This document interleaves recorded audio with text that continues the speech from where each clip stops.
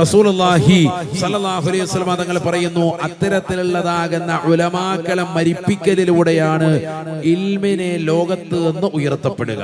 അവരുടെ മരണത്തോടുകൂടി അവർ പഠിച്ചു വെച്ച അറിവ് അസ്തമിക്കുകയാണ്. അത് തീരെയാണ്.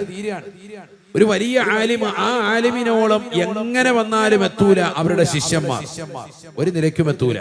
നബി സല്ലല്ലാഹു അലൈഹി വസല്ലം തങ്ങൾക്ക് നൽകപ്പെട്ട അറിവ് സ്വഹാബത്തിനുണ്ടാകുമോ? ഒരിക്കലും ഉണ്ടാവൂല.